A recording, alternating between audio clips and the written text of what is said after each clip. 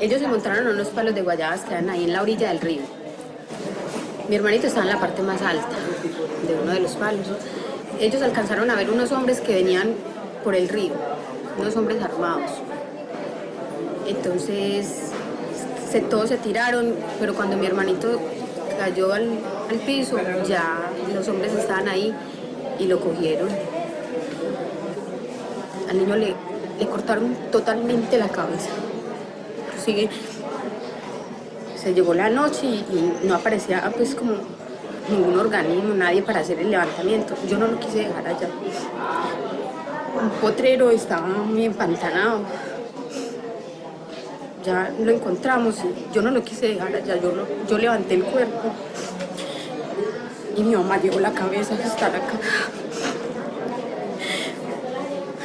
Ya lo organizamos en su camita, le limpiamos la cama.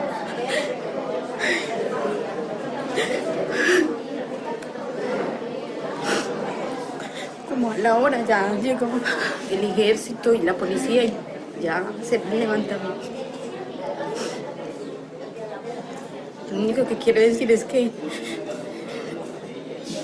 yo no sé cómo ni bajo la influencia de que una persona es capaz de hacer esto, pero no es una sola persona la que matan, es toda la familia, son muchas cosas.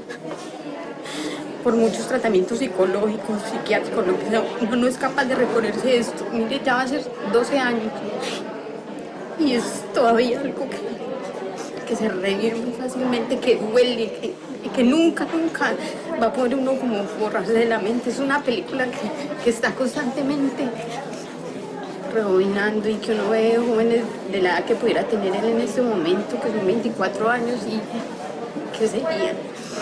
¿Por qué cortar la vida de un niño ahí empezando a vivir 12 años apenas? 12 años apenas tenía. Es una pesadilla para toda la vida. ¿Pides justicia? Yo sinceramente, ya pues, yo digo que ya lo que pasó desgraciadamente ya pasó para mí, ya, o sea, ¿con qué se va a reparar esto? ¿Con qué se puede reparar? No hay con qué reparar.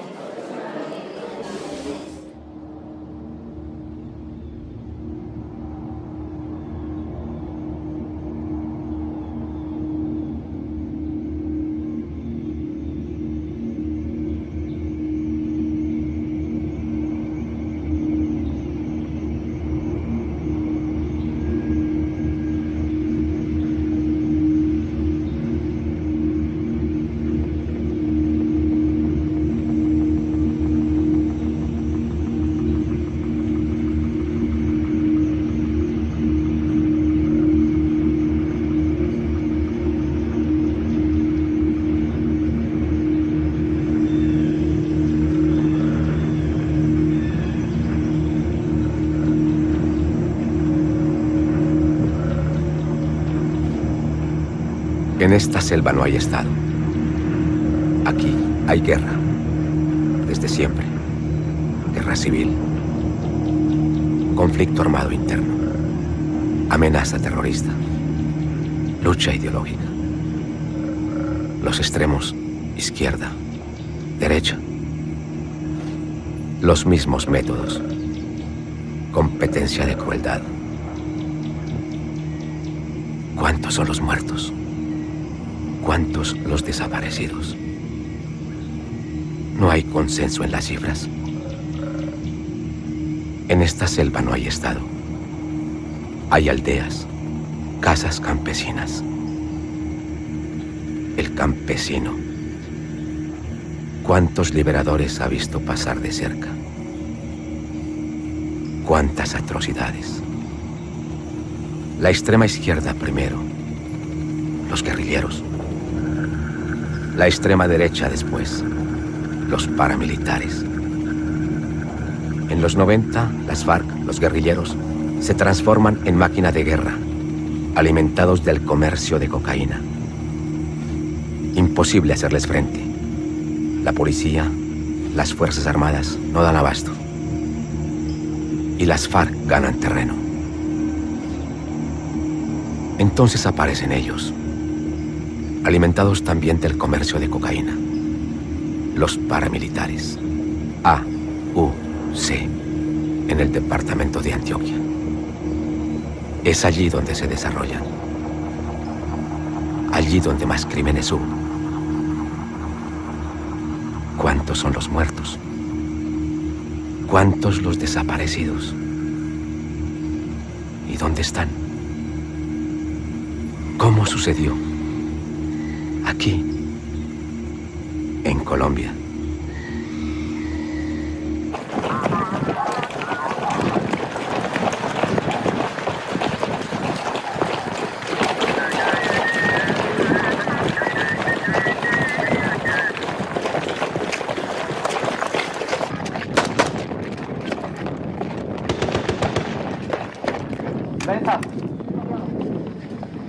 ¿Todo bien?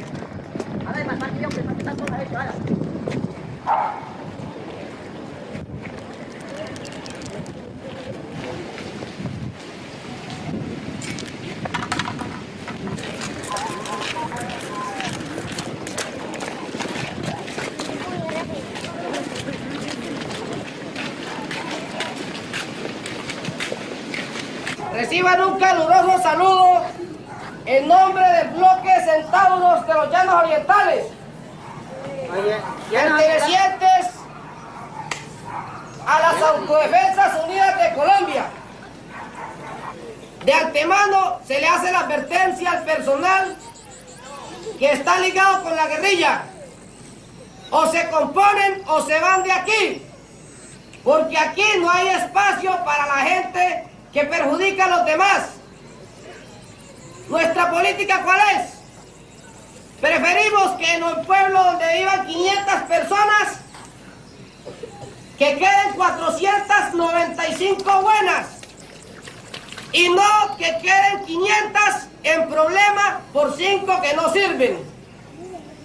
Todo aquel que se pille desobedeciendo nuestras órdenes no se vaya a arrepentir, porque ya cayó. Se le está dando la oportunidad personal. Así que pues, señores y señoras, cuenten con nosotros. Y así sea lo que sea, así se nos venga el mundo encima, vamos a sacar adelante a Puerto Lleras.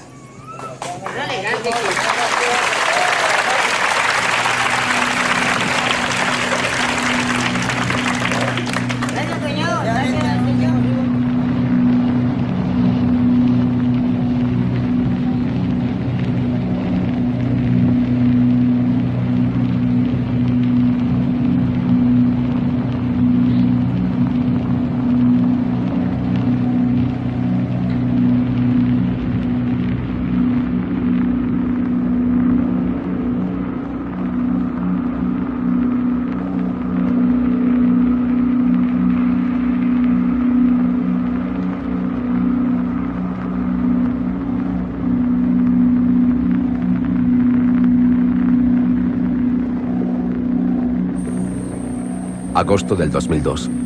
La guerrilla de las FARC es expulsada de las zonas productivas, arrinconada en la selva más profunda, en el sur del país. Los paramilitares de las AUC, dueños y señores del norte, objetivos militares cumplidos. Los tiempos, sin embargo, han cambiado. En los Estados Unidos se acaba de vivir el 11 de septiembre. Las AUC son catalogadas como organización terrorista. Varios de sus líderes acusados de narcotráfico y pedidos en extradición por las autoridades norteamericanas. En Europa, en La Haya, la recién creada Corte Penal Internacional emprende su trabajo: perseguir a todos los responsables de crímenes contra la humanidad, si los Estados miembros no lo hacen. Los paramilitares deciden desmontar su máquina de guerra. El nuevo presidente del país es Álvaro Uribe. Es gobernador de Antioquia, allí donde se desarrollaron. El presidente les tiende la mano. Se entabla una negociación. Los jefes paramilitares son invitados al Congreso para convencer al país de la legitimidad de su lucha, para convencer a los congresistas de la necesidad de adoptar medidas excepcionales para acabar con la guerra y permitirles volver a casa. Estamos en vísperas de una ley que puede cambiarlo todo. Normalmente todo debe salir bien. Vengo en irrenunciable misión de paz desde Santa Fe de Ralito, donde con la bendición de la Iglesia Católica y el apoyo de la OEA, de la comunidad internacional, del presidente, del gobierno del presidente Álvaro Uribe Vélez y del pueblo colombiano, dimos inicio formal a este histórico proceso de paz. Reafirmo aquí, en la cuna de las leyes y en el templo de la democracia, que el compromiso patriótico de la SAUC por salvaguardar una Colombia libre, digna, segura y en paz, sigue en pie, como lo reclaman millones de colombianos honestos y de buena voluntad, amantes de la libertad que confían en nuestro movimiento nacional antisubversivo y han depositado la defensa de su seguridad en nosotros. Que Colombia sea en nuestras mentes y en nuestros corazones el intento siempre vivo, siempre bello, de construir el paraíso entre los Andes y el mar. Muchas gracias, honorables congresistas. Muchas gracias, señoras y señores. Dios bendiga a Colombia.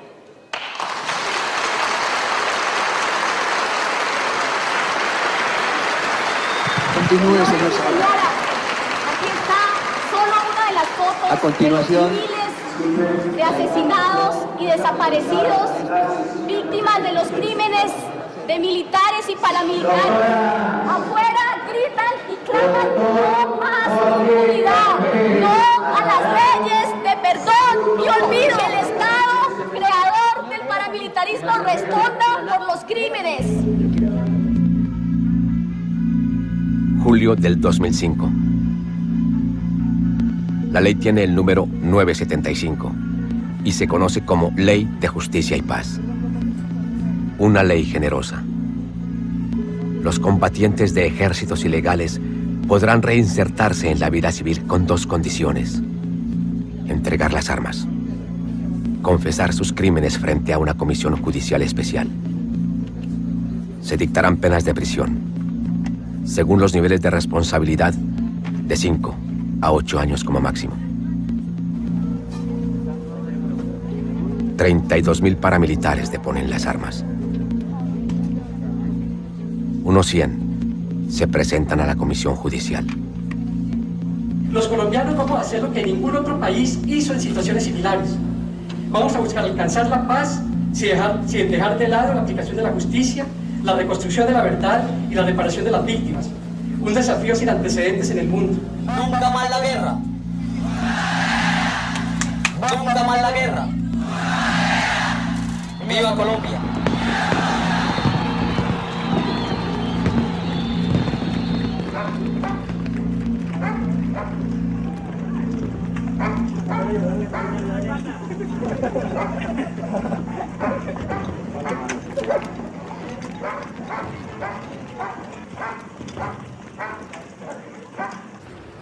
Julio del 2005. La nueva unidad de Fiscalías para la Justicia y la Paz empieza labores. Dispositivo de funcionamiento: ninguna posibilidad de confrontación directa. El crimen en una sala, el sufrimiento en la otra. Se reanuda la diligencia de versión libre del postulado Hernán Giraldo Serna. Se deja constancia que la diligencia se desarrolla en la sala número 2 de la Unidad Nacional para la Justicia y la Paz de Colombia. Asimismo, se deja constancia que la diligencia se transmite en directo a la sala especialmente habilitada para que las personas acreditadas como víctimas puedan hacer uso de su derecho de acceso a la justicia. Tengo unas preguntas desde la sala, entonces vamos a presentarlas, o si alguien la quiere hacer directamente para antes, los escuchamos. Quiero saber a dónde se encuentran mi esposo y mis dos cuñadas. Desaparecieron en el 2002, en el mes de septiembre. Nombre. Rafael Antonio Pérez Atilano y Dalidis Pérez Atilano, Noemí Pérez Atilano. Vivían en el sector de Buritaca. Esa es la hermanita de ella, esas son las dos cuñadas mías.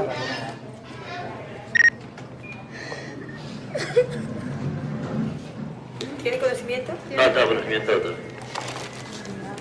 Voy a llamarle, para averiguar. Sí, tenemos alguna otra pregunta. Que no se haya presentado, por favor, porque ya estamos sobre el tiempo. Tranquila, aquí que estamos. Toma aire por la nariz y bota muy suavemente por la boca. Toma aire. Eso. Otra vez. Toma aire por la nariz y bota por la boca. Eso. Comienza. Mi pregunta es, yo voy a estar aquí contigo. Diga, mi pregunta es, ten en cuenta el lugar donde yo hago los hechos. Arranca. Arranca. ¿No se escuchó? ¿No se escucha?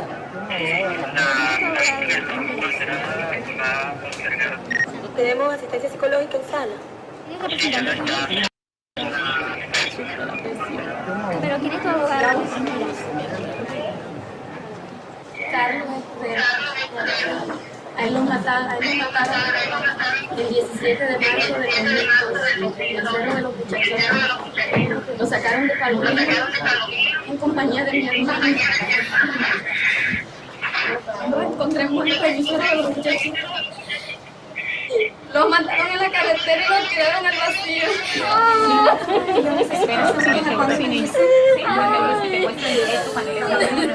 Yo voy a hacer la averiguación, ya que de pronto nos van a dar la autorización de llevarnos para allá, para la región, y reunir una cantidad de movilizados para clarificar este caso. ¿Supo los motivos cuando le dieron muerte? No tuve conocimiento, doctor. Sigamos. Yo quiero saber qué pasó con mi esposo y con mi cuñado, o sea, Francisco Valencia y Joaquín Angelio Valencia. Hacen 4 años que se desaparecieron de la Guacatera, de la entrada de la Guacatera. Entonces yo quiero que usted me diga qué hicieron con ellos y a dónde los tienen. Si los hubieran matado, nos los hubieran entregado, pero no los hubieran enterrado por allá o quién sabe qué le hicieron. Entonces yo quiero saber que me entreguen el cuerpo, qué le hicieron y dónde está. Yo no di la orden de ese muchacho. Se cometieron errores, sí, hubieron accidentes, sí, es lógico. En tanto tiempo de guerra que tuvimos, fueron casi 30 años. Pero este caso yo no lo mandé a hacer. Pero sí estoy comprometido de investigar quién lo mandó a hacer para entregarle a la Fiscalía los datos completos de lo que pasó con este señor. Pero no he tenido la oportunidad porque aquí las instituciones no me lo han permitido de reunirme mucho tiempo con los muchachos. Y así como vamos, esto nos llevará 10 o 12 años para llegar a la finalidad.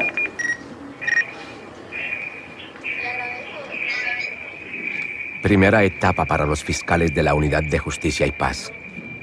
Registrar cada desaparición, cada crimen, cada masacre, para poder identificar los cómplices, para poder imputar los cargos, para poder determinar la naturaleza de las reparaciones.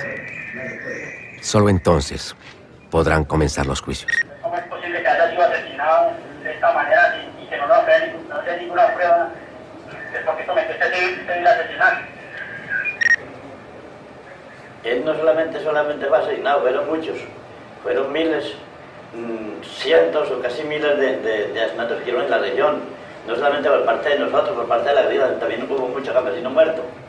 Pero tienen que entender de que en una guerra de casi 30 años, donde casi la mayoría de la gente que yo he nombrado están muertos, porque la mayoría de las personas están muertas. Y campesinos fue lo que enterramos y hay enterrados en el campo. Pero pues, da tristeza y todo, esto no lo hubiéramos querido hacer, pero el destino nos llevó a ese lugar. Yo soy un campesino igual que todos los campesinos y me tocó esa decisión porque la guerrilla nos arrinconó a ese sector y nos llevó a la guerra. Y ahí hubieron muchas personas inocentes que murieron, uno lo reconoce, murieron niños, casos como escuchamos ayer, y uno lo lamenta, pero de todas maneras las personas ya están muertas y por mucho que discutamos no las vamos a revivir. Estamos reconociendo los casos que nosotros hicimos y para eso estamos aquí.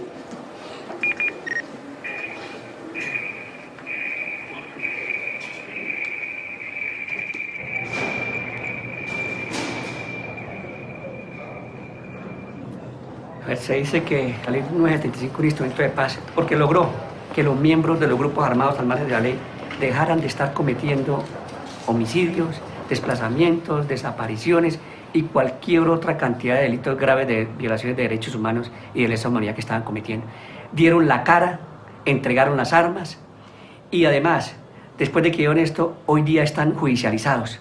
De los 35 comandantes, que solo 2 estaban privados de libertad, hoy día 28 están presos en las cárceles. La mayoría está contando los delitos, está permitiendo conocer la verdad de los hechos, que todos conozcan la magnitud de lo que sucedió. Del total de paramilitares desmovilizados, que el gobierno inicialmente ha dicho que fueron 31.600, el gobierno presentó ante la Fiscalía 3.600 personas, como personas que habían cometido crímenes de lesa humanidad para que fueran procesadas por esta ley. De esas 3.600 personas, 600 en realidad han comparecido a la Fiscalía. El resto, el 98-99% restante, ha sido dejado en impunidad total. Estos otros también van a tener una suerte de impunidad, pero por lo menos hay en relación con ellos algún tipo de trámite pseudojudicial, porque esta ley tampoco es que contenga propiamente un juicio penal que merezca ese nombre. Es un trámite judicial o es un trámite más bien administrativo realizado por funcionarios judiciales. Lo primero es que la Ley de Justicia y Paz ha sido promovida por un gobierno que fue de autoridad y que impuso otra vez las condiciones de seguridad que ayudó a que se desmovilizaran. Esa es una de las razones de las críticas. Otras, porque a veces quieren poner un listón tan alto, tan imposible de cumplir, que les sirve para generar una disputa política con el gobierno. Pero bueno, independientemente de eso, yo creo que hoy los resultados son admirables y es un proceso que va a ser ejemplar para el mundo y va a ser visto en 10 años como el gran modelo de justicia transicional que ha hecho el mundo moderno para resolver un problema de violencia.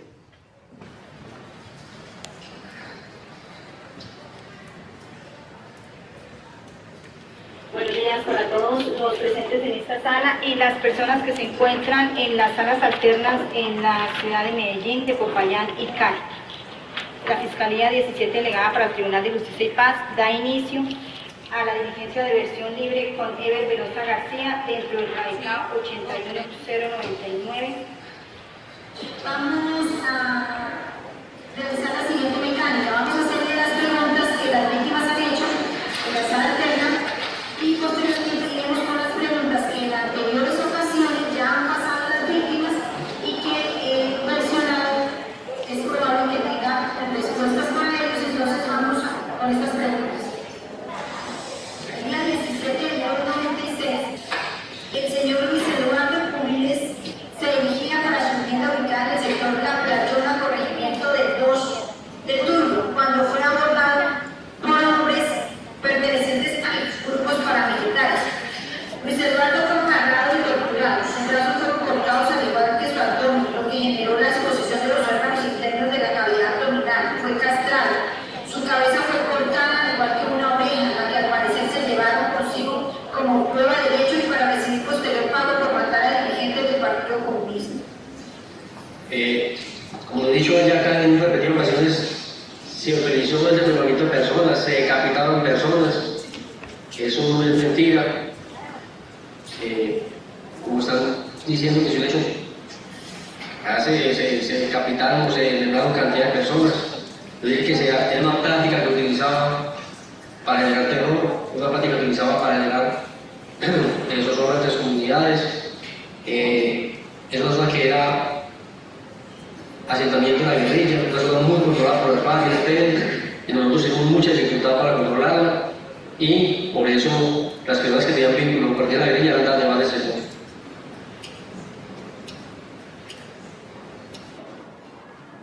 Mataron un sobrino, un hermano y un hijo.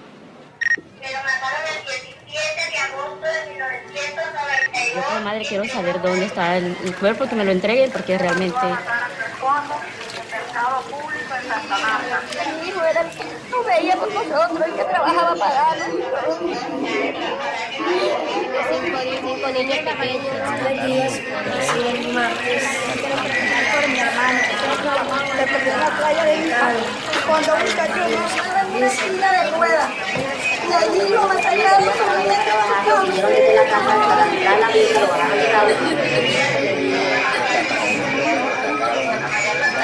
Mataron a mi papá amarrado con las manos atrás.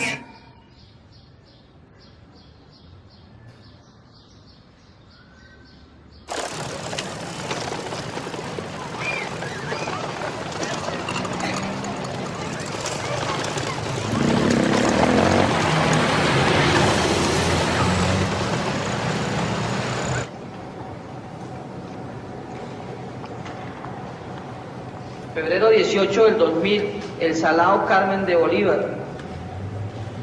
Una masacre.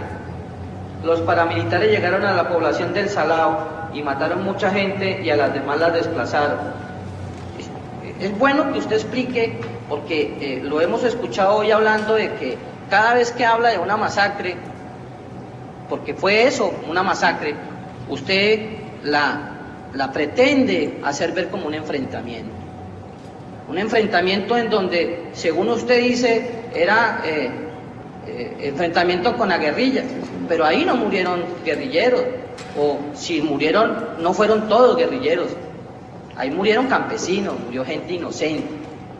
Entonces, lo que queremos saber es que usted, si lo sabe, entre en detalle de esa operación. Claro, El Salado es un pueblo que queda abajo de un huequito. A un hueco y tiene también lomita, hay una antena también, una antena de Telecom. Y todas las guerrillas estaban posicionadas de la antena de Telecom y una parte del pueblo. ¿Qué hicimos nosotros? Nosotros cuando llegamos, lo hicimos fue rodear El Salado, para poder salvar la vida a los muchachos. Pues a nosotros peleaban de las casas eso es guerra, pero una guerra sangrienta. De ahí, producto de eso, era que el gallo reunió la gente del pueblo y los sectores de la guerrilla que llevaba a Rodrigo y unos dos sectores le entregaron a él, señalaron a las personas que le iban dando de baja en la plaza. Habían dos personas que, según usted, eran desertores de la guerrilla, y como dicen vulgarmente, le daban dedo a los que ellos consideraban, y usted sin más ni más los ejecutaba. Lo ejecutamos. ¿Cuántos muertos hubo en ese conflicto ahí, en ese parque que sacaron a la gente y les dieron dedo? ¿Cuántos muertos hubo en ese parque? 38. 38. ¿De esos cuántos mató usted? Pongo más o menos unos 12. ¿Mató usted directamente? ¿Cómo los mató? Con el fusil. ¿Con tiros de fusil? Sí. ¿Alguna otra forma en que los mató? No, señor, con tiros de fusil. ¿Usted vio que alguno de ellos hubiese torturado, porque están todos ahí, hubiese torturado a alguien? No, señor. Ahí lo que pasó, lo voy a explicar lo que pasó ahí. Lo que pasó fue que ellos duramos casi 6 días peleando ahí, los marranos fue los que comieron, se están comiendo las cabezas y eso. ¿Las cabezas de qué? De las personas. ¿Y por qué habían cabezas de personas? No, del cuerpo humano se lo están comiendo los marranos. ¿Hubo muertos con machete? No me di cuenta, señor. ¿Hubo muertos a punta de garrote? No, señor.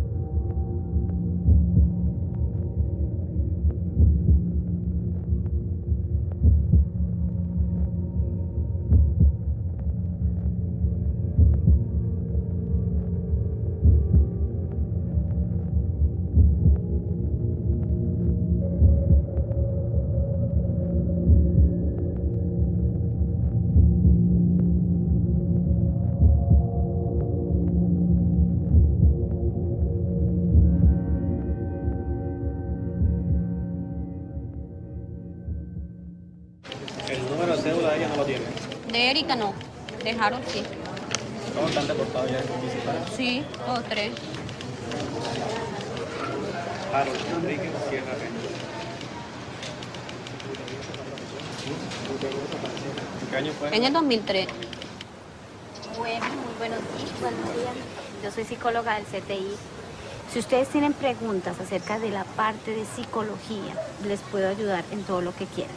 Nosotros siempre le hemos dicho al niño, no, que el niño, que tu mamá está en el cielo, que se fue. Él sabe que la mamá está en el cielo, pero él siempre, mami, la mataron. No, o sea, como decir matar es como una palabra pero tú también debes hablarle con claridad. Sí es matar, Porque así, en el lenguaje que entienden los niños, porque personas que no manejan, que están en contra de la ley, se llevaron a tu mamita, parece que tu mamita ya murió, parece que ya murió y parece que está en el cielo, pero entonces le vas a explicar con verdades, sin disfrazar la verdad, ¿oíste? Allá está la sabiduría de nosotros, ¿no? Y Dios lo quiso así, porque Dios quería un ser tan querido como tu mamá era una mujer muy buena, entonces fíjate que ella se la llevó el Señor porque la quería mucho. Inculcarles ese tipo de situaciones y de valores a los niños para que ellos entiendan que la justicia divina es perfecta y que se ocurrió fue porque era un agrado de Dios tener a esa alma y a esa persona allá en el cielo. Entonces explicarles de esta manera también a los pequeños. ¿Oyeron?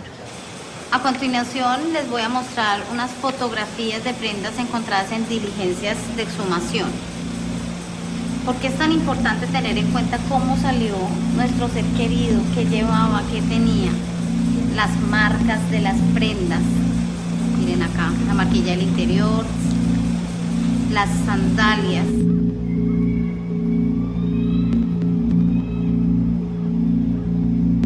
Julio del 2007.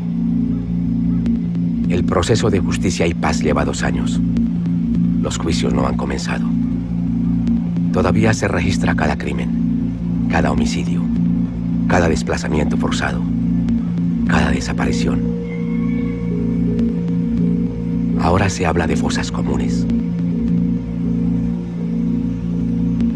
80 funcionarios de la Unidad de Justicia y Paz se dedican a buscarlas. Fiscales, antropólogos forenses, asistentes, técnicos. Una empresa a la escala del país. Un territorio del tamaño de Alemania, Francia y España reunidos.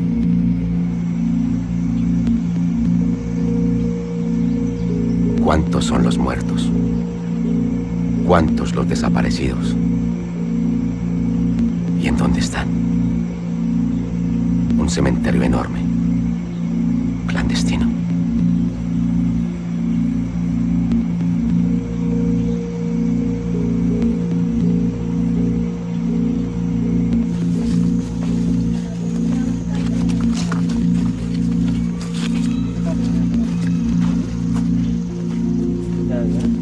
Ya.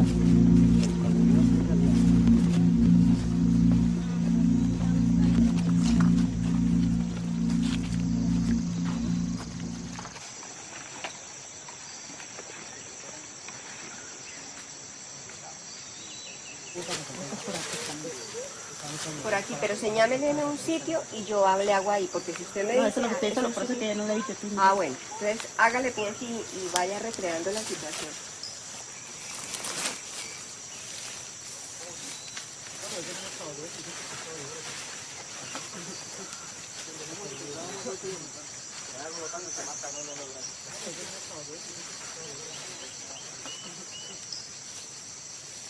Yo lo veo muy tonteando mucho en diferentes partes. Es que él dice que no fue la primera función, entonces es muy difícil. No, claro, él lo que pasaba era, miraba el túmulo de tierra que estaba alterada nomás.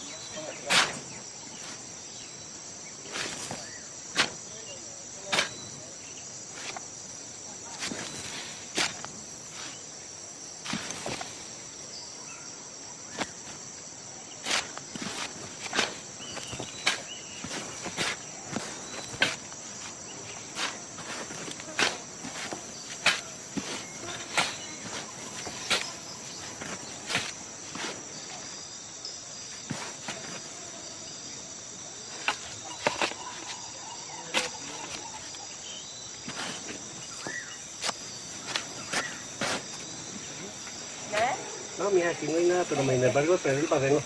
¿Me prestas el barreno? Sí, lo hizo. Ah.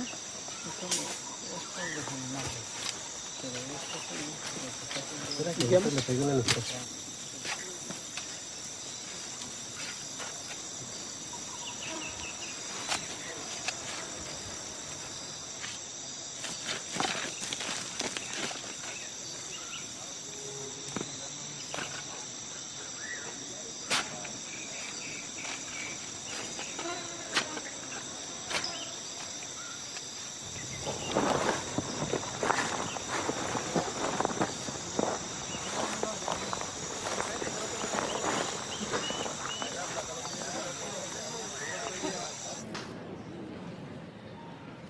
Siga, señor postulante. Señor fiscal, en el sitio Villa del Rosario, donde quedaba el antiguo trapiche, al lado del río, se construyó un horno donde se cremaron aproximadamente de 40 a 50 personas después que se les daba muerte.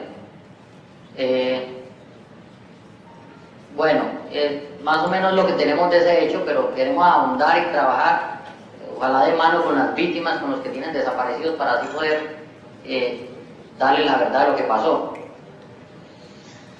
Aparte del horno, de estos hornos que utilizaban para desaparecer las personas, o la evidencia o los rastros de personas que eran asesinadas por las autodefensas, ¿se utilizó otro método, otro mecanismo para desaparecer a las personas? Sí, señor fiscal, el otro mecanismo era arrojarlos al río.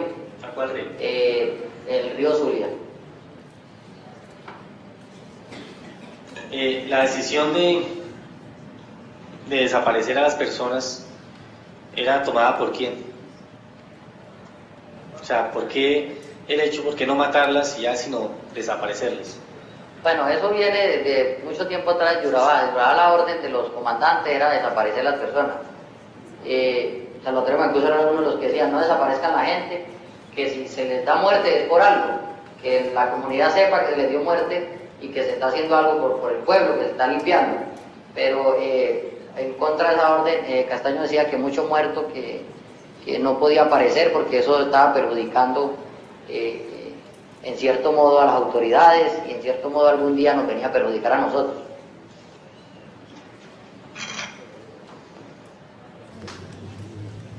¿En qué momento ustedes dejan de dejar a las personas en los sitios donde atentan contra ellos y en qué momento empiezan a generar esas fosas? Ahí hay una gran responsabilidad de la fuerza pública, porque en Urabá comienza a haber una serie de homicidios todos los días. ¿Ves? A los comandantes se les suben los índices de homicidios. ¿A los comandantes qué? A los comandantes de la policía o del ejército. Se comienzan a subir los índices de homicidios y comienzan a ser presionados por sus jefes más altos, o por medios, o por diferentes entes, tanto gubernamentales como de ONGs, porque están ocurriendo estos hechos y enfrente de ellos. Entonces ellos comienzan a solicitarnos que por favor no dejemos muertos, sino que los desaparezcamos y que los enterremos para que ese índice no se suba tanto. Ahí es donde comienza a operar y a implementarse ese modo de las fuerzas comunes, y se va creciendo, porque ellos muchas veces permitirían cometer el hecho, pero con el compromiso de sacar a las personas y no hacer las tiradas por ahí.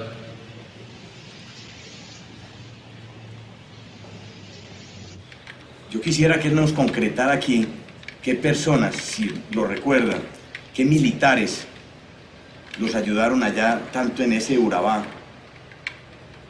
como en la zona del Calima, si tienen nombres propios de militares que aún estén en la institución, que estén vivos. Porque es que aquí nos hemos encontrado con muchas acusaciones contra muchos militares, pero ya fallecidos. Y eso no da de pronto una muy buena impresión de que las personas postuladas entonces estarían colaborando y diciendo la verdad. Yo acá he hablado no de uno, sino de muchos militares de fuerza pública, tanto policías como militares vivos, que inclusive todavía estaban ejerciendo hoy en día como comandantes de guarniciones militares. He hablado de coroneles, que hoy en día todavía hasta generales ya. He hablado de general del Colegio que, como dije, uno de los grandes impulsores de la autodefensa del país fue el Colegio. Él le permitía a sus tropas libremente operar y patrullar con nosotros.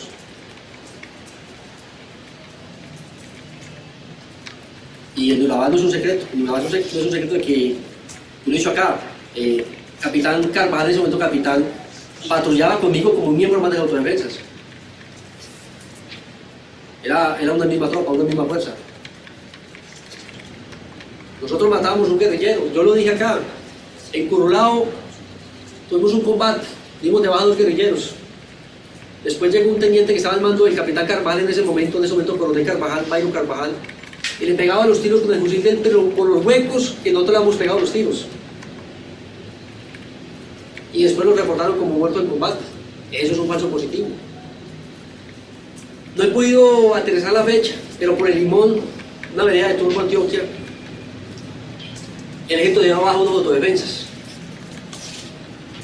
Esos autodefensas son unos muchachos que reclutamos, uniformamos y matamos para darle un positivo al coronel Duque, de que él sí estaba dando resultados contra los autodefensas. Caso Mapiripán, ¿quién era el comandante? Sí, me permite, señor procurador, y teniendo en cuenta que es un tema que ya también debe ser objeto de verificación por parte de los funcionarios de la Fiscalía, yo le voy a solicitar, vamos a hacer un receso de 5 minutos para que se retiren los señores de la prensa que nos acompañan. Entonces, hacemos un receso de 10 minutos. Muchas gracias.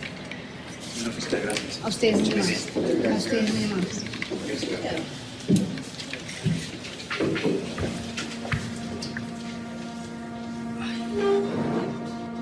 A partir de ahora, callar trae consecuencias. Pero hablar también.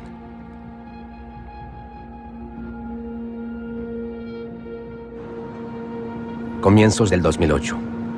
La acumulación de registros continúa. Con cada nuevo nombre, un nuevo archivo. Con cada nuevo archivo, una nueva investigación. Y con cada nueva investigación, la presión que aumenta. Las amenazas se multiplican. Contra las familias de los paramilitares, las de las víctimas y los funcionarios de justicia. Y las amenazas son solo un primer paso.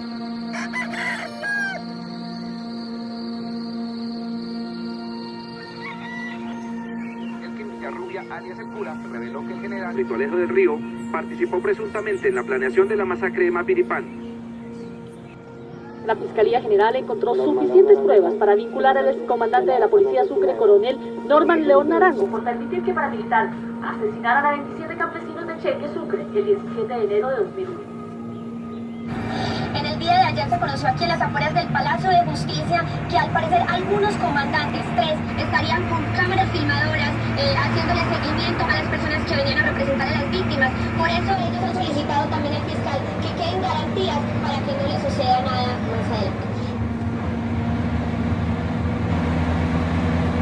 El asesinato de una mujer que representaba a cientos de campesinos víctimas de las autodefensas sacude hoy los procesos judiciales que se adelantan contra los ex jefes paramilitares. Yolanda Izquierdo, una activa participante en las audiencias contra Salvatore Mancuso, fue asesinada a tiros en la puerta de su casa en Montería.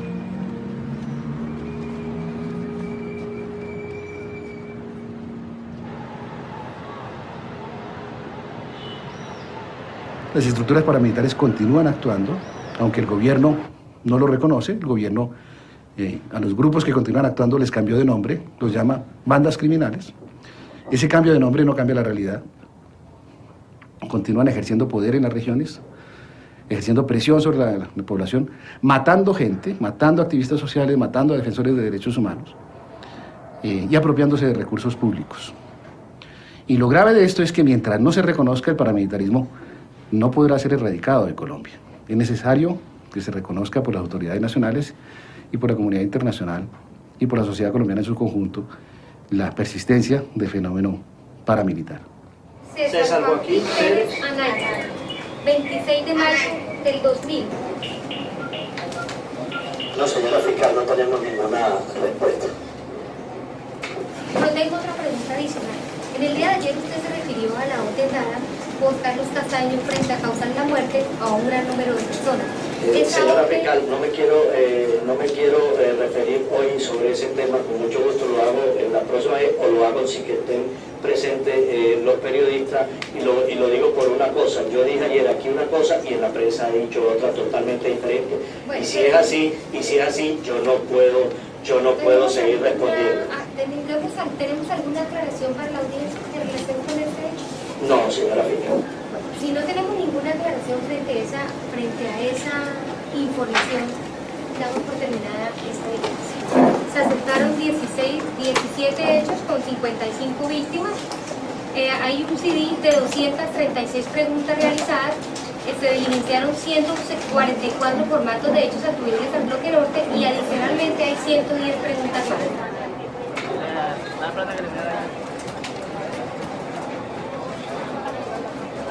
Porque él nos irrespeta. si es un irrespeto, porque él nos quitó los seres queridos que estamos aquí y no debemos estar en esta burla, porque cada día es una burla, cada vez que él viene es una burla. Él no da respuesta de nada. Todos somos guerrilleros, para él todos somos guerrilleros. Que nos responda lo que hizo. Pero aquí el miedo nos tiene así, el miedo, y hay que dejar el miedo, porque por eso es que este país está como está, por el miedo que tenemos. Ya está bueno. ¿Cómo es posible que este hombre, mire cómo estamos ahí incómodos? Si son los señores abogados, algunos abogados que están ahí empujándonos, que ellas son las que pueden hablar, que no hablen, que no digan nada. Podemos estar contentos con todo lo que nos ha pasado. Ellos no saben, el dolor lo tenemos nosotros. Ellos son unos abogados que ellos van y hacen porque ese es su trabajo, porque yo tengo también 2 hijas abogadas y ese es su trabajo. Pero el dolor lo tenemos nosotros. El señor le mataron a su papá, a su hermano y de todo. Lo dejaron sin bienes, como nos han dejado a nosotros. Eso no es justo. No queremos que la Ley de Justicia y Paz siga siendo un instrumento de burla con relación a las personas que han sido víctimas de los grupos paramilitares. Esperamos que los jefes paramilitares dejen de delinquir desde la cárcel. Queremos que sus estructuras se desmantelen definitivamente. Queremos que al fin aparezcan realmente los restos de las personas que han sido enterradas después de haber sido torturadas o descuartizadas en más de 3.500 masacres cometidas por los paramilitares. No queremos que las personas desplazadas sigan siendo olvidadas y desconocidas. Esta es una manifestación ciudadana, repito, de homenaje a las víctimas. Queremos verdad, justicia y reparación. Nunca más desplazamiento forzado. Nunca más casas comunes. Nunca más paramilitarismo. Queremos verdad, justicia y reparación. Nunca más desplazamiento forzado. Justicia, justicia, justicia, justicia, justicia, justicia, justicia, justicia, justicia, justicia, justicia, justicia, justicia, justicia, justicia, justicia, justicia, justicia, justicia, justicia. Yo pienso que todo el proceso ha sido diseñado para que la verdad no salga a flote. Yo no sé si ustedes saben que ya han matado más de 1.200 desmovilizados y los han matado para que no digan la verdad. Yo no sé si ustedes saben que de los que se dejaron en libertad, que fueron casi la totalidad, hay más de 1.600 recapturados por nuevos asesinatos, por nuevas violaciones de derechos humanos, por secuestros, por diferentes crímenes. Entonces, esto es un gran proceso de impunidad y yo no sé si el país tiene claro que en este momento hay más de 70 grupos paramilitares operando en 25 departamentos.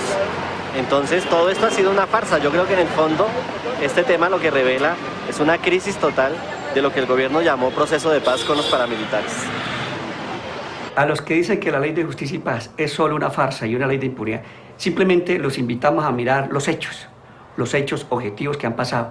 Y entonces que piensen si alguna ley había dado la oportunidad en tan poco tiempo de esclarecer 42.000 delitos. Si alguna ley hubiese dado la oportunidad de que ya se estén confesando y se estén investigando y se estén imputando alrededor de 7.800 delitos de desplazamiento, 3.600 de desaparición forzada y más de 1.900 casos de reclutamiento de menores.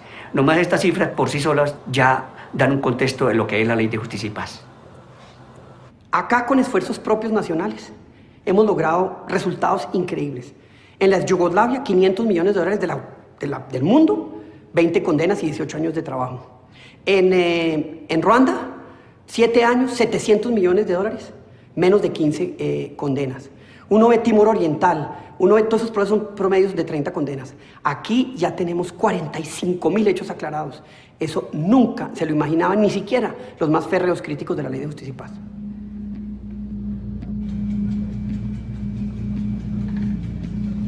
Apuntan los culpables, pululan los verdugos, llueven los torturadores. Nos asqueamos del cómo, ignoramos el porqué. ¿Qué se sabe de los autores intelectuales, del móvil del crimen? ¿Esta búsqueda de la verdad es acaso un trabajo lleno de promesas de esperanzas o un pozo sin fondo. La promesa de un camino sin salida. ¿Cómo evitarlo? ¿Cómo salir de la trampa?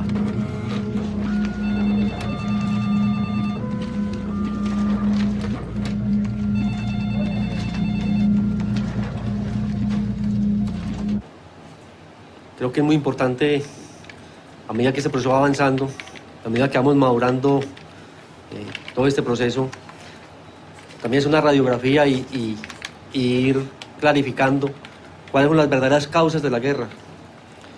Porque la guerra, ahora me doy cuenta que la única causa no era combatir la guerrilla, era uno de los objetivos, pero habían otros objetivos, otros intereses particulares de muchas personas, tanto los hermanos Castaños, como de políticos, de empresarios, militares, muchas otras personas de este país, que son los que verdaderamente se han beneficiado de esta guerra. Solo ahora me doy cuenta del verdadero objetivo del conflicto en algunas regiones del país, como en el Orán Antioqueño, una de las regiones mejor ubicadas de la geografía colombiana, donde el objetivo no solo era combatir a la guerrilla, sino reactivar la economía bananera, de que se restableciera el normal funcionamiento de la bananera de Urabá, que estaba en el poder en ese momento de FARC y EPL. ¿La orden cuál es? Obligar, prohibir de que esos empleados o esos obreros de las bananeras hicieran paros. Y así se logró. Habían paros que duraban meses, cuando la economía bananera estaba quebrada. Y en esa época no volvieron a dar paros en la zona bananera. Son casi 100 muertes de sindicalistas en un solo año, en el año 95. Falta el 96, 97, falta hasta ahora, hasta el 2004 que nos demovilizamos. Entonces, ¿eso fue en beneficio de quién? De unos pocos que eran los bananeros y en contra de ese pueblo. Entonces, realmente, quien se benefició de la guerra de Urabá fueron los empresarios bananeros. Todas las fincas bananeras de Urabá nos colaboraban. Allá estaba Univán, Banacol, Chiquita, Adol, todas las empresas bananeras nos colaboraban.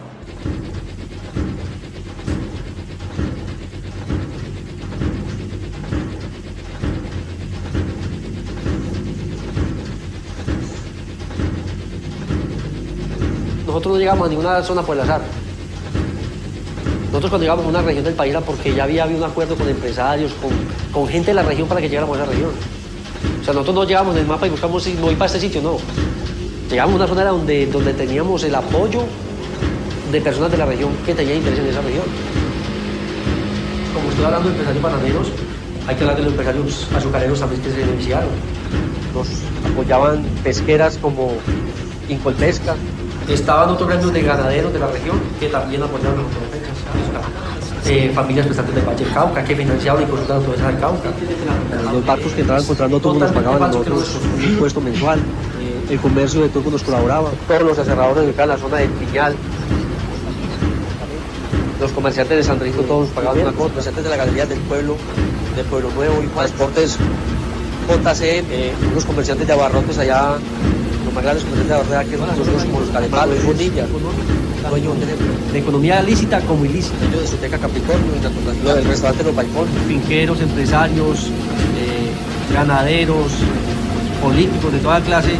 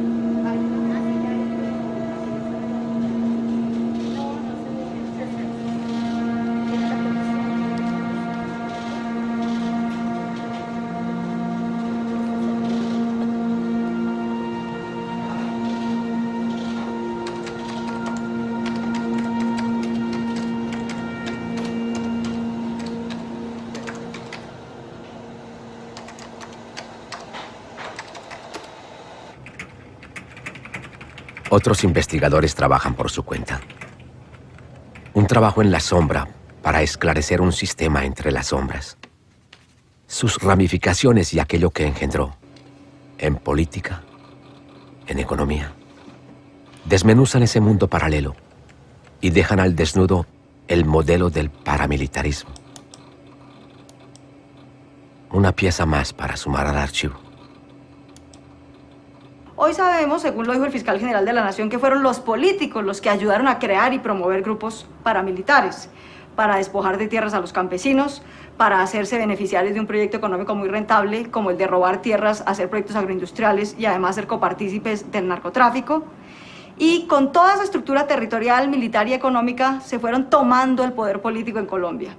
Hoy la justicia, la Corte Suprema y la Fiscalía han logrado demostrar que por lo menos 1 de cada 3 puestos de elección popular en Colombia, alcaldías, gobernaciones y el Congreso, que es la pirámide máxima, fue cooptada y capturada por este proyecto conjunto de las élites políticas y económicas regionales que crearon ejércitos y que se asociaron con el narcotráfico para tener ejércitos propios, para darse seguridad y para despojar a millones de campesinos de sus tierras y hacer negocios muy rentables. Usted como comandante puede decir si es cierto o esto es un invento de algunos comandantes o de testigos, o es del invento de la sociedad, o es un invento de los investigadores, que estas reuniones se daban en algún sitio del país con políticos de todo nivel. ¿Qué puede decir de eso? Señora fiscal, en el año 97-98, cuando fue el verdadero crecimiento de las autodefensas, en los sectores donde permanecía Carlos Castaño, llegaban diario 4, 5, 6 helicópteros con personalidades del país. Carlos mantenía la agenda del año ocupada todo el año, militares, empresarios y políticos.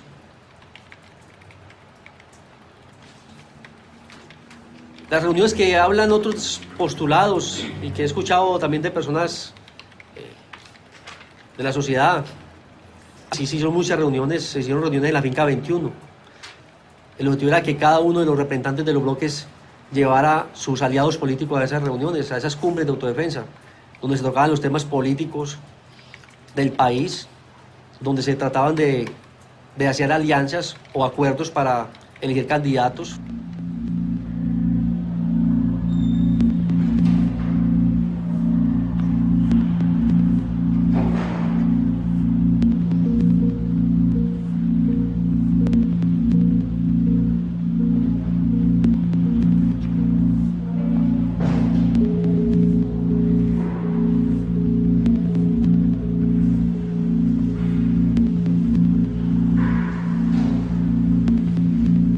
Desde las 8 de la mañana, 3 congresistas rinden indagatoria en la Corte Suprema de Justicia, que los investiga por presunta conformación de grupos paramilitares.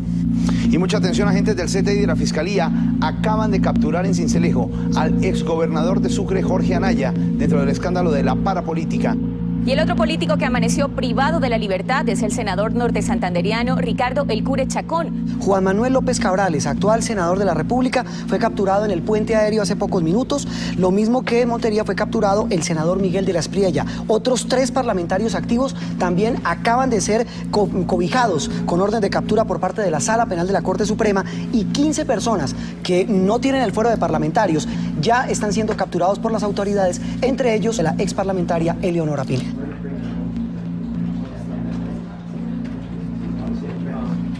Abril del 2008. 28 parlamentarios detenidos.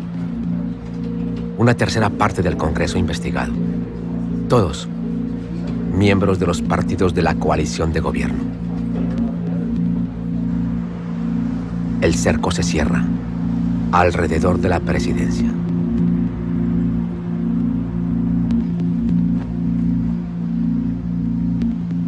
Buenas tardes. El escándalo de la parapolítica afectó hoy a uno de los hombres más cercanos al presidente Uribe. La Fiscalía le dictó orden de captura al expresidente del Senado y primo del jefe del Estado, Mario Uribe Escobar. Luego de conocer la medida en su contra, el ex senador sorpresivamente se presentó no en la Fiscalía, sino en la Embajada de Costa Rica, en donde solicitó asilo político.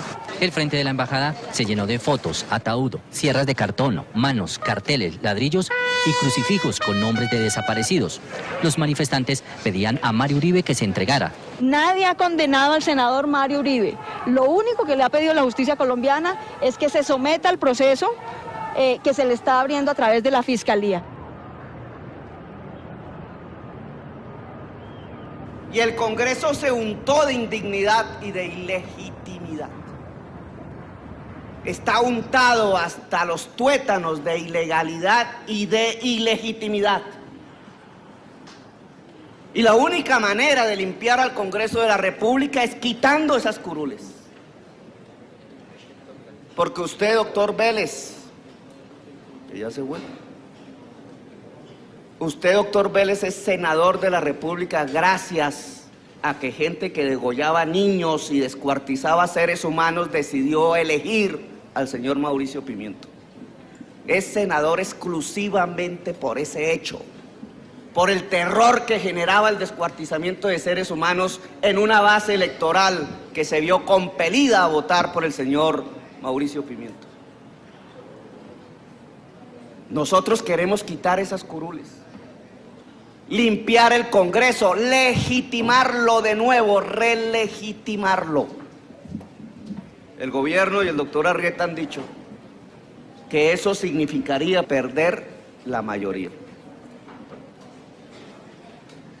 Si el gobierno no es capaz de demostrar que puede gobernar este país con sus mayorías decentes, que bien que las ha construido, sino que tiene por obligación que tener a su lado los narcotraficantes y los criminales contra la humanidad para poder gobernar, para poder hacer leyes en el Congreso, entonces es un gobierno criminal.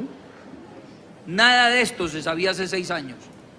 Ninguno de esos pactos y de todas esas situaciones se habrían conocido si Jorge 40 continuara en la clandestinidad y continuara en el paramilitarismo.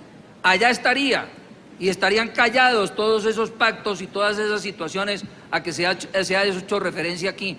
Fue porque se lo persiguió, porque se dedicó el gobierno a desmontar el paramilitarismo, porque lo puso en la cárcel, y están avanzando los juicios. No, señores, seamos serios.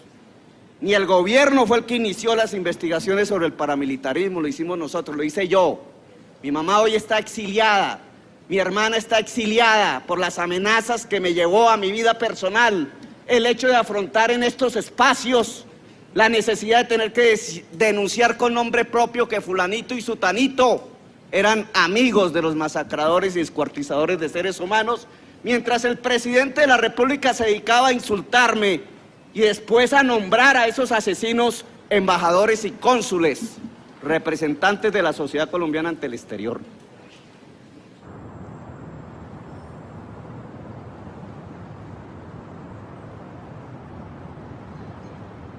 En esta ciudad hay un Estado y un aparato de justicia.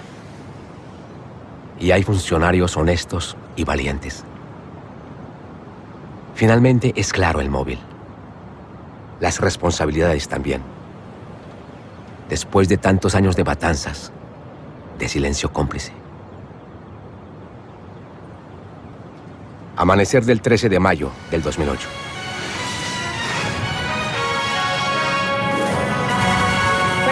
Sorpresivamente, el gobierno extraditó esta madrugada a los peces gordos del paramilitarismo. 14 jefes desmovilizados de las autodefensas, entre ellos Salvatore Mancuso, Diego Fernando Murillo, alias Don Berna, y Rodrigo Tobar Pupo, alias Jorge 40, fueron puestos en manos de hombres de la DEA que se encargaron de trasladarlos a Estados Unidos. Los extraditados tendrán que responder en Estados Unidos por los delitos de narcotráfico y lavado de activos.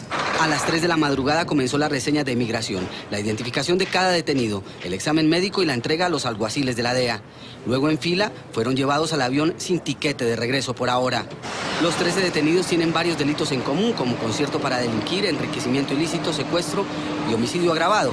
Pero ante las Cortes Federales de los Estados Unidos en Miami, Washington y Nueva York, deberán responder por posesión y envío de drogas o narcotráfico y lavado de activos. Precisamente el presidente de la República acaba de explicar los motivos que lo llevaron a tomar la decisión de extraditar a los 14 ex jefes de las autodefensas. Porque algunos de ellos habían reincidido en el delito, después de su sometimiento a la ley de justicia y paz. otros no cooperaban debidamente con la justicia y todos incumplían con la reparación de las víctimas al ocultar bienes o demorar su entrega. El gobierno ha pedido y los Estados Unidos han aceptado que el Estado y el pueblo de Colombia puedan enviar representantes a los juicios que se adelanten en aquel país a fin de continuar en la búsqueda de la verdad. Mientras tanto, el representante de las víctimas de los crímenes de Estado, Iván Cepeda, dijo que las víctimas sufrieron otro golpe con la masiva extradición. Es una violación clara a los derechos de las víctimas e implicaría un fracaso de la Ley de Justicia y Paz. Lo que más nos preocupa es el problema de cómo se va a saber la verdad sobre los crímenes que cometieron, quiénes son los cómplices de estos jefes paramilitares y además de eso, pues dónde están los cuerpos de miles de personas desaparecidas. El problema es por qué estamos privilegiando el narcotráfico, que si acaso reparará a las víctimas del narcotráfico en Estados Unidos y no juzgándolos por la justicia ordinaria para los crímenes de lesa humanidad, que era lo que iba a reparar a las víctimas en Colombia.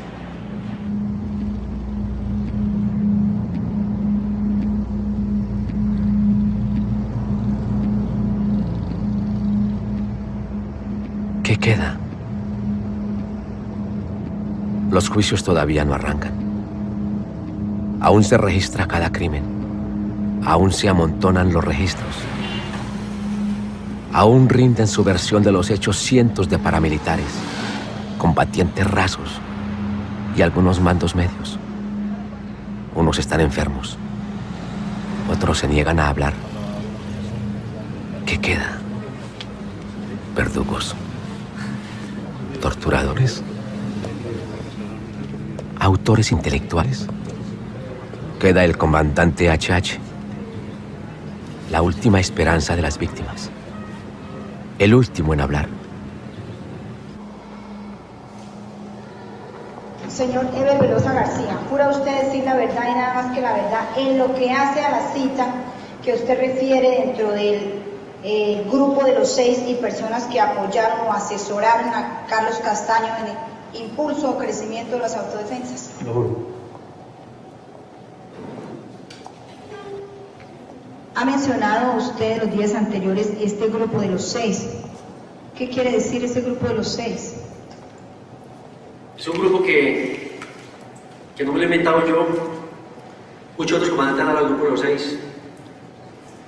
Pero por razones de seguridad, que la Fiscalía conoce y que estamos esperando un tiempo prudente para las situaciones, no podré decir otros nombres hasta que no se cumplan esas condiciones. Y eso sí tenganlo por seguro que en cualquier momento en que yo tenga la garantía suficiente, no para mí, sino para otras personas, yo aportaré esos nombres a la Fiscalía y a las víctimas que lo merecen y al país que lo merece. Este hecho no solamente lo ha denunciado el postulado aquí, sino que es conocimiento también de la Procuraduría, las amenazas al postulado en consecuencia. Esperaremos como... Finales de julio del 2008. 2 meses después de la extradición de los jefes paramilitares, el gobierno anuncia el siguiente paso: su intención de extraditar a HH. Los defensores de las familias de las víctimas, los funcionarios de Justicia y Paz, piden apoyo. La justicia internacional interviene. El juez Baltasar Garzón de la Audiencia Nacional de España y el fiscal general de la Corte Penal Internacional, Luis Moreno Ocampo, se desplazan a Colombia.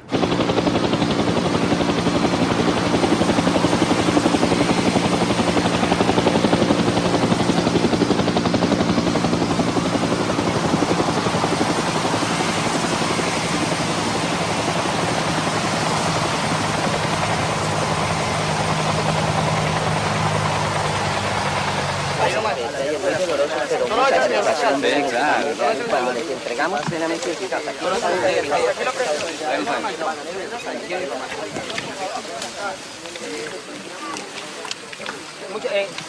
por favor, que nada.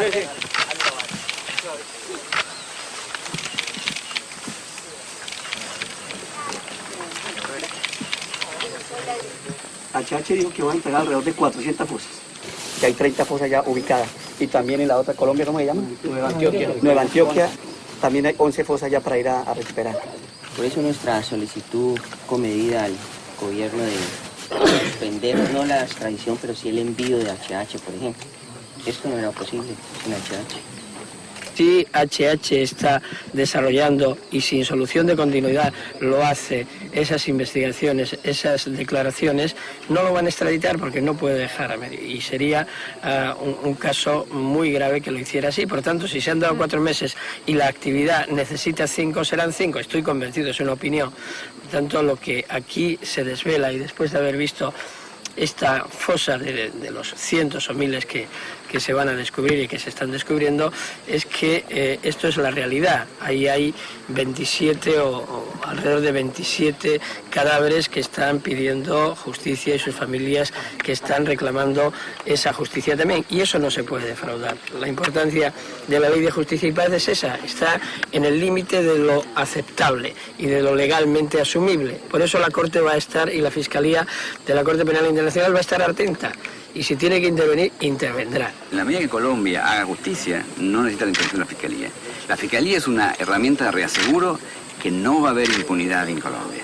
Eso es nuestro rol, reasegurar que si el gobierno no puede, nosotros lo vamos a hacer. ¿Cuándo sabemos que hay impunidad? ¿En 15 años, en 5, en 10 meses? No, me parece que es un proceso, como usted ve, muy fluido. Entonces, por eso estuve en octubre y ahora estoy de nuevo y vendré de nuevo las veces que haga falta, porque queremos estar seguros cómo funciona la cosa en Colombia. Usted fíjese, ese trabajo es un trabajo de primera clase mundial, es un trabajo perfecto, con una coordinación de fuerzas de seguridad, con un fiscal que viene, y al mismo tiempo esta es una zona de violencia, es una zona que sin esa policía y ejército que tenemos alrededor nos pueden matar. Entonces, eso es una paradoja. ¿Cómo dentro de una democracia puede ser? Pregúnteselo a usted, esa es una pregunta para los colombianos, no para el fiscal.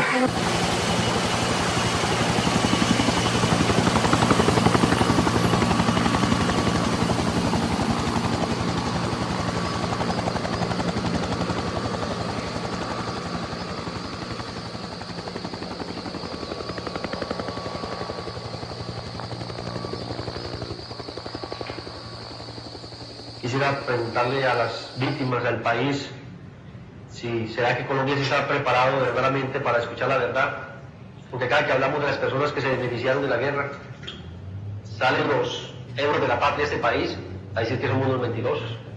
Entonces no entiendo volver a hablar de las personas que son intocables en este país y seguimos hablando solamente del campesino que se da el palo de yuca, el palo de café, que eso no le importa a nadie, y acá podemos decir que le mochamos la cabeza, que los cuartizamos, que lo violaron la señora, que le quitamos el pedazo de tierra, y nadie se escandaliza por eso. Pero cuando hablamos de personas de esta sociedad que se beneficiaron o que tuvieron vínculos con autodefensas, ahí sí es el problema más grande de este mundo, ahí sí es el escándalo, y estamos deshonrando a esas personas, pero a esas personas que nosotros decapitamos, de esas vidas que quedaron de mentira, que vieron morir, descuartizar a su marido o a sus hijos al frente de ellas, a esas personas no las hemos deshonrado. A esas personas sí nos sale la sociedad de este país a decir que las deshonramos y que tenemos que responderles. Todo el mundo es normal. Ay, sí, le mataron el marido, seguro era guerrillero, fue lo primero que dicen. Pero no.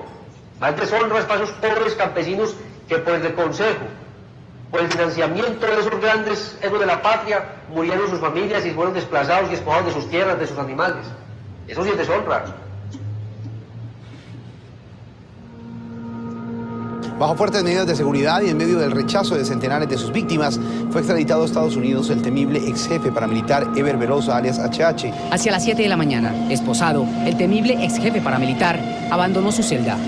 Para muchos, al salir extraditado hacia los Estados Unidos, alias HH, deja de confesar más de 11.000 delitos, entre ellos 2.500 desplazamientos y 34 reclutamientos a menores de edad.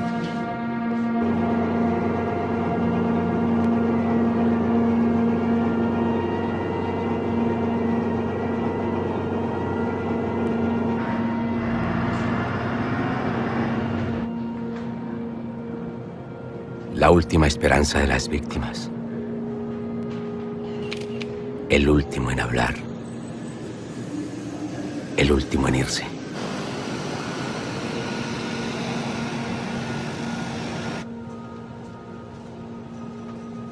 La Ley 975, conocida como Justicia y Paz, tenía 4 objetivos. El derecho a la verdad, el derecho a la justicia, el derecho a la reparación, la garantía de no repetición. Julio del 2010. Han pasado 5 años. La acumulación continúa. Las presiones, las amenazas, las ejecuciones también. contra las familias de los paramilitares extraditados, los magistrados, los funcionarios de justicia y paz, los defensores de derechos humanos, los periodistas independientes, las organizaciones de víctimas. Justicia y paz. La justicia, 2 condenas parciales por el asesinato de 11 personas y el desplazamiento de 300 familias han sido pronunciadas. La paz, para las 973 familias que han recuperado los restos de sus seres queridos frente a los 48.000 desaparecidos registrados hasta el día de hoy. Tal vez. Hacemos entrega a Héctor de Jesús Ceballos, en calidad de hermano, de quien en vida respondía el nombre de Albeiro Antonio Ceballos Aguirre.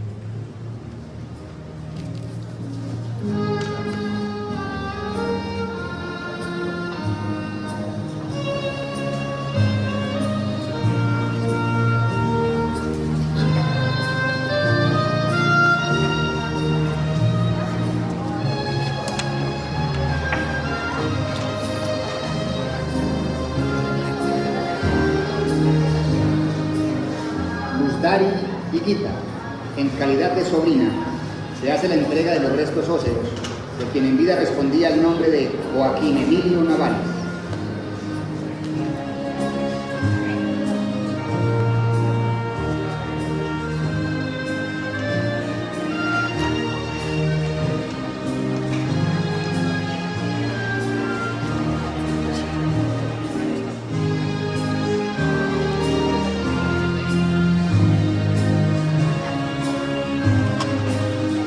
Angélica Arboleda, en calidad de madre, se hace la entrega de los restos de quien en vida respondía al nombre de Julio Alberto Chaverra Arboleda.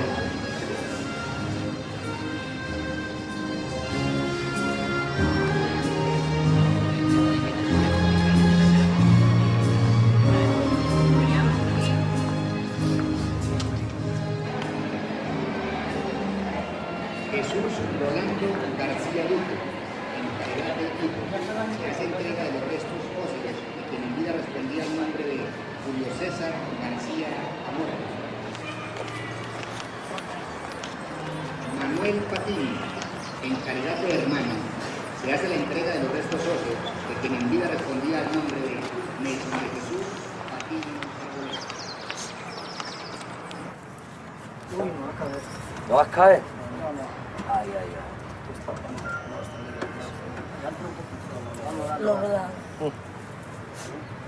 Ahí va a haber el problema. Lo están construyendo muy grandes.